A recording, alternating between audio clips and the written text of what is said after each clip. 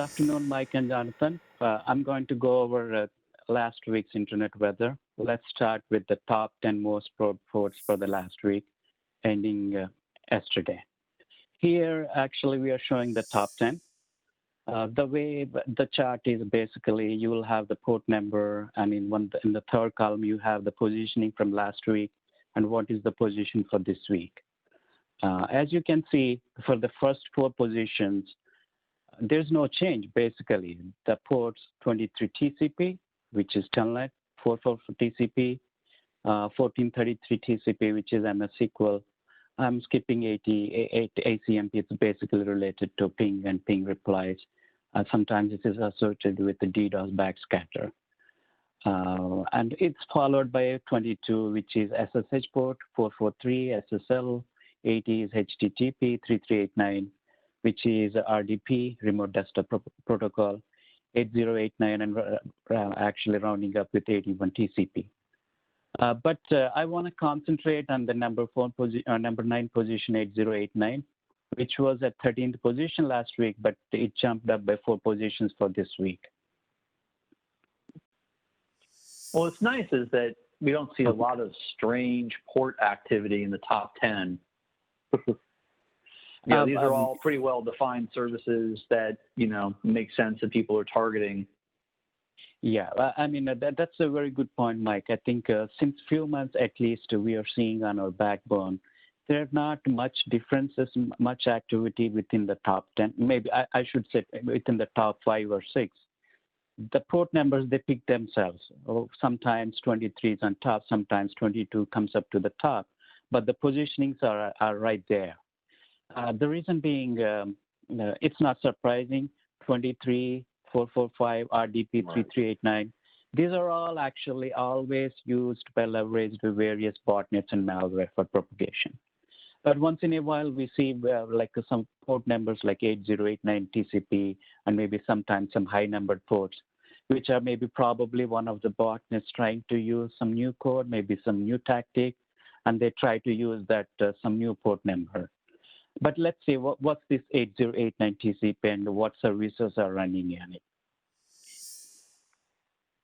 Okay, typically there is no IANA register service, but it does not mean it discourages from other people using it for various services, right?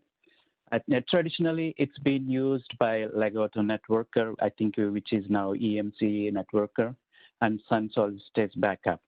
As you can see, the theme is typically they used to be used by backup softwares like Legato and Sun Backups. Most recently, they are also used by Splunk daemon. I mean, I think Splunk is getting popular and people are using it, but I think 8089 is one of the daemon ports used by Splunk. And also, it's also used by Apple iOS ecosystem by the service IRDMI. Various services rely on it. Okay, but that's being said, what's happening and what the graphs looks like from our common backbone. The graph here basically looking at the last 30 days of data. The x-axis is typically the timeline and y is basically the measurements we are seeing it in case. Please keep a note, in this case, I'm showing it in packets count per hour. Typically, we show it in flows, typically most of the times. But metadata could be in 3 of the units. It could be flows, packets, and bytes. But most often times it would be flows. But in this scenario, from our alerting, it seems to be alerting on the increase in the volume in packets. There are a couple of things can be observed here. One thing is, I think if you look at the big spikes occurring once in a while, the timeline seems to be on roughly between 8.5 to 9 days. And once they come up and they're going on, what does that indicate? It clearly indicates that some sort of botnet, maybe some sort of scheduled activities happening around this time. So you see a spike for that time and it comes back and you see the regular traffic. So what are those? Okay, yeah, and Mhm. I wonder if we see it every 9 days because they start 80-80 and then they work themselves. They work it. They work up Yeah. to 80-80. Yeah. Yeah.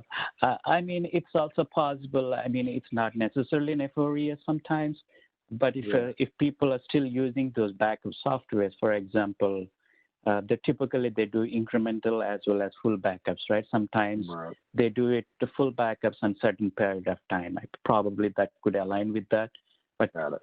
it's tough to see from the data I have. But let's Okay. see what we can find out from other sources. This another graph here is basically showing it the number of unique sources in the sense how many scan sources are involved per hour scanning on this specific port. By looking at it again, the outliers are at kind of actually aligns with the spikes we have seen in the previous graph. If you discount that, they're I think hovering between 50 per hour per day, and sometimes going up to 65 to 70. That seems to be the norm, which is not a lot. But for some reason, it's been picked up. The reason is, I think even with this little bit of movement from the top ranking, I think it kind of jumped into the top 10 position. So the pie graph here is basically, it's from our honeypot data.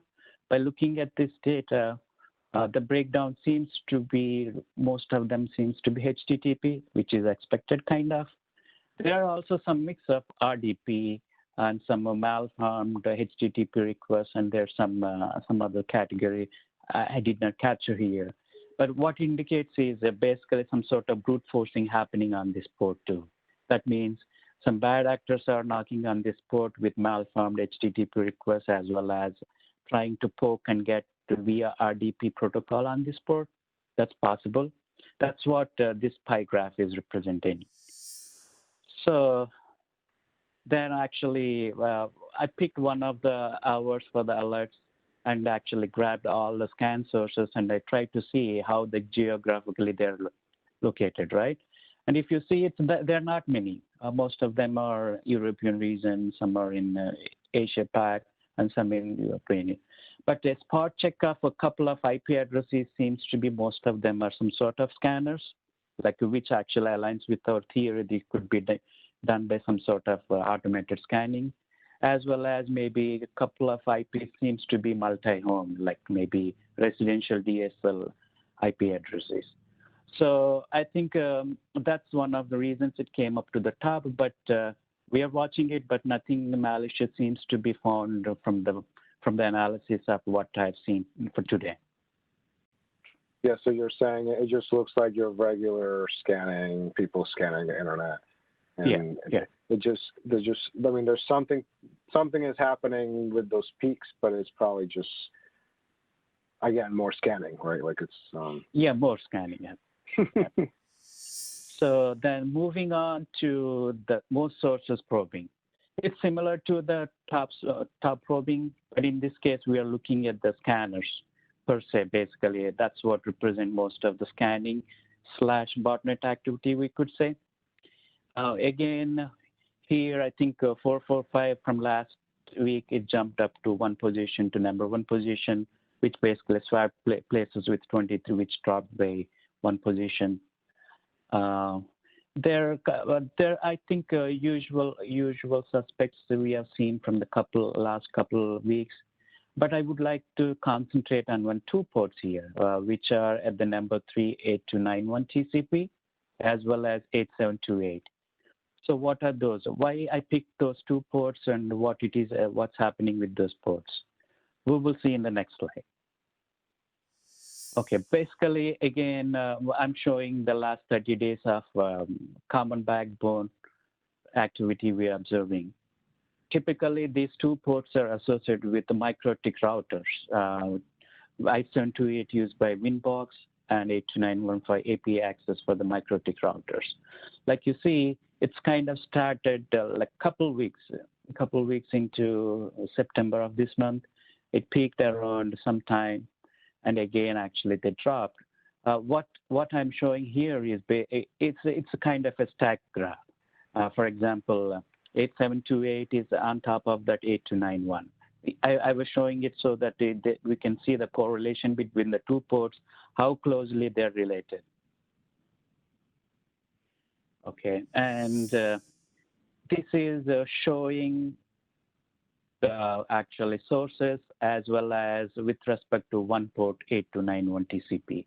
Again, the bottom graph kind of aligns with the previous graph, but in this case, I want to just key in onto 8291 TCP. As you can see, this is the top port compared between the two ports. I think it has the most of the activity compared to 8728 TCP. What are these? So yeah, actually in this case, the sources are huge. Basically, they're running in 11,000 plus. As you can see from the graph, it's heavily populated towards Asia Pac and European, Eastern European kind of thing. The reason being, these are more popular in this region. And it's also popular with Mirai botnet and also most of the IoT botnet, which kind of stole the idea from Mirai. They heavily investigate and basically scan for MikroTik devices. And it's not surprising to see them heavily concentrated in those regions. And I think that the geo IP itself reflects the fact that it's been heavily been used in those regions. I mean, ignore some outliers like something in the ocean out there, but I think that's due to the fact I think latitude and longitude actually reflects to that fact, but it could be anywhere near to that place. And what is happening here? What it is related to? Like you said, it's related to MikroTik routers. Recently, there is a SNOT rule which basically try to detect an remote code execution on MikroTik Winbox, which is CV 2018-14-847, which is old, but I think it's been heavily exploited nowadays. I think that's what we are seeing in this case also. And some Google results for what is it on actually reflect the same fact. It's been used by various actors also. Well, remember, a lot of these MikroTik devices tend to be like, cable modem type, small public infrastructure type devices, not necessarily enterprise things. So unless, the actual service providers are updating these devices, the end users themselves might not have the ability or the know-how to do it. Yeah, that's one of the reasons actually they're still available. I think you hit the nail on the head actually, Mike. Sometimes it's been used by small businesses. Like I think by the fact maybe those businesses doesn't have the security professionals to take care of it. But like you said, the responsibility should be on the manufacturer. But we know how effective it is. I think, again, it comes to the end user. And also, we have to be cognizant of the fact, I think, even though they provide the patches, because of the lack of automated patching, I think, again, the responsibility lies on the end user. I guess that adds to the problem itself. Well, it's I guess the irony there is that with MikroTik, what you would use to update is Winbox. So like if you expose that to the internet so you can do updates from, let's say you install this for a client and then you expose the Winbox API to be able to access it for them and do management and updates for them. So like, let's say you just forget or they're no longer your client. Now you have this management admin thing exposed to the internet. So yeah. I guess, that's the way I would see. Maybe that's one of the situations where it gets exposed, right? And it goes back to always, exposing admin to internet, as convenient as it is, unless you should just figure out how to maybe do a VPN. Although that also sometimes, VPNs software is vulnerable as well. So yeah, it's tough because I know from my experience with MikroTik, I think Winbox is what you would use, a lot of times to do remote, to do remote management, including upgrading the system. Yeah, that's the intent. But I think one of the first things should be any user should, for that matter, any user for any device, they should change the default password to something complex and strong. I think that should be the number one priority. As soon as you turn on the device, okay, update the profile, basically, make it a stronger password. I think, hopefully we will preach enough and somebody will actually get in there. Eventually someone will stop putting their admin consoles in front of the internet. Yeah.